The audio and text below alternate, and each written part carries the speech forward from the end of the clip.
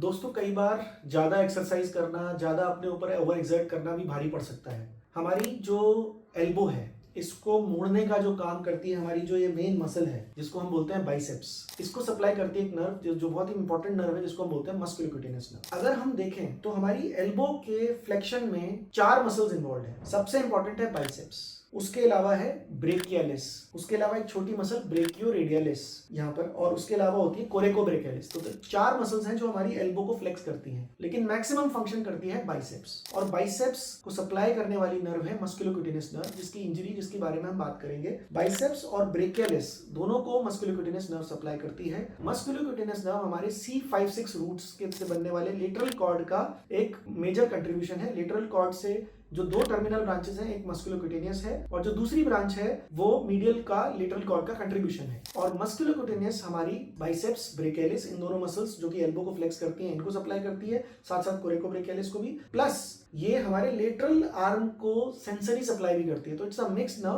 Predominantly motor nerve है, लेकिन थोड़ा बहुत लेटरल फोरआर्म का जो सेंसेशन है वो इसकी टर्मिनल ब्रांचेस से होता है। तो ये है मस्कुलोक्यूटेनियस नर्व। और इसके सबसे कॉमन जहां पर इसको चोट लगती है वो होती है मोस्टली इस हिस्से में, कई बार किसी फ्रैक्चर से, डिसलोकेशन से, या फिर कई बार एंट्रैपमेंट हो जाता है रेपिटेटिव ओवर एक्सरसाइज करने से, और कई बार ट्यूमर से भी हो सकता है। ऑफ कोर्स ब्रेकियल प्लेक्सस की इंजरी का तो पार्ट ये है ही, क्लेविकल की इंजरी में भी इसको चोट लग सकती है। अगर हम देखें बाइसेप्स को, हम देखें कितना इंपॉर्टेंट फंक्शन है बाइसेप्स के। 2 इंपॉर्टेंट फंक्शन है, एक तो एल्बो फ्लेक्शन और एक सुपाइनेशन। सुपाइनेशन होता है ये, और एल्बो फ्लेक्शन ये बाइसेप्स का फंक्शन है, और बाइसेप्स की मेन सप्लाई मस्कुलोक्यूटेनियस नर्व। तो अगर ये फंक्शन खत्म हो गया तो क्या करें? तो ऑफ कोर्स हमें वापस we have to go to the drawing board. जो इसके सिम्टम्स हैं मस्कुलोक्यूटेनियस नर्व की इंजरी के, ये है इनेबिलिटी टू फ्लेक्स। इस पोजीशन में पेशेंट ऐसे करके तो फ्लेक्स कर लेगा, लेकिन इस पोजीशन में फ्लेक्स करने की इनेबिलिटी, मस्कुलोक्यूटेनियस का मतलब मस्कुलोक्यूटेनियस नर्व की इंजरी है। इतने हिस्से में सुनपन भी मस्कुलोक्यूटेनियस की इंजरी है। साथ ही साथ टाइम के साथ जो बाइसेप्स का नेचुरल कंटूर है, अगर मस्कुलोक्यूटेनियस नर्व की इंजरी है तो ये बाइसेप्स फ्लैट हो जाती है, उसके अंदर एट्रोफी हो जाती है। जैसा कि हमने देखा था कि डेल्टॉइड में जो एक कंटूर है, एक्सिलरी नर्व की इंजरी में डेल्टॉइड फ्लैट हो जाती है, मस्कुलोक्यूटेनियस नर्व की इंजरी में बाइसेप्स फ्लैट हो जाती है। तो जब हमें पता चल गया कि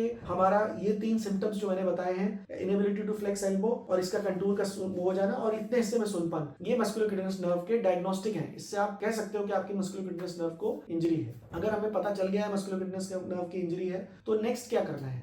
of course we go back to the drawing board. फिर हमें क्लिनिकल एग्जामिनेशन, जो कि मैंने आपको बताया, EMG, NCV, MRI, इन सब से हमें इंफॉर्मेशन मिल जाती है कि मस्कुलोक्यूटेनियस नर्व को किस लेवल पर इंजरी हुई है। क्योंकि हमारा जो दिनचर्या है, अगर हम एल्बो को फ्लेक्स नहीं कर पा रहे हैं तो हम कुछ भी नहीं कर पाएंगे। हम अगर आप देखें, अगर हम अपने एल्बो को फ्लेक्स नहीं करेंगे तो हम खाना भी नहीं खा सकते, हम अगर अपने कपड़े भी नहीं पहन सकते, हम कुछ भी काम नहीं कर सकते अगर हमारी एल्बो फ्लेक्स नहीं होगी। तो definitely it's a very serious condition, जिसके लिए हमें एक टॉप प्रायोरिटी पे इसका ट्रीटमेंट ढूंढना चाहिए।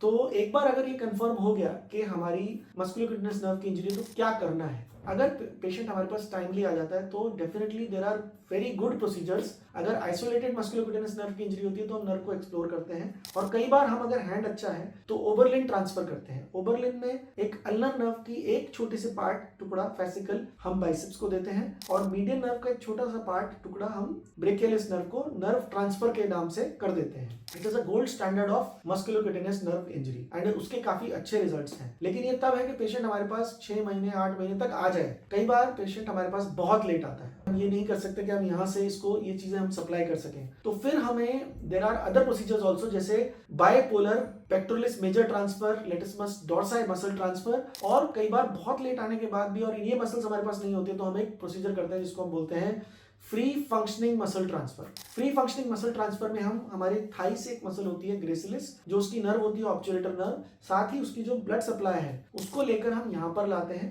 यहाँ पर क्लेविकल से और बाइसेप्स के टेंडन से जोड़कर नसों को और करंट की नसों को जोड़कर हम उसको फंक्शन दे सकते हैं। कुछ टाइम बाद वो बाइसेप्स का फंक्शन कर लेती है। तो ये हमारे हो गए ट्रीटमेंट ऑप्शंस इन मस्कुलोक्यूटेनियस नर्व इंजरी। इसके अलावा भी हम जब तक ये इंजरी नहीं होती तो पेशेंट को हम एक एडवाइस करते हैं कि पेशेंट अपने हाथ को आर्म स्लिंग में रखे, और फिजियोथेरेपी इज वेरी इंपॉर्टेंट। साथ साथ कई बार जब हम वेट कर रहे होते हैं तब इलेक्ट्रिकल स्टिमुलेशन कराते हैं। ऑफ कोर्स ये हमें देखना होता है कि यहाँ पर हमारी सेंसेशन होनी चाहिए, तभी हम गैल्वेनिक स्टिमुलेशन दे सकते हैं। साथ ही साथ नर्व टॉनिक्स, उसके अलावा कई बार अगर कंप्रेशन न्यूरोपैथी है तो कुछ स्टेरॉइड्स का भी रोल है, उसको रिलीज करने का भी रोल है। तो एक मल्टी मोडालिटी अप्रोच करके हम मस्कुलोक्यूटेनियस नर्व की इंजरी को ठीक कर सकते हैं। Thank you.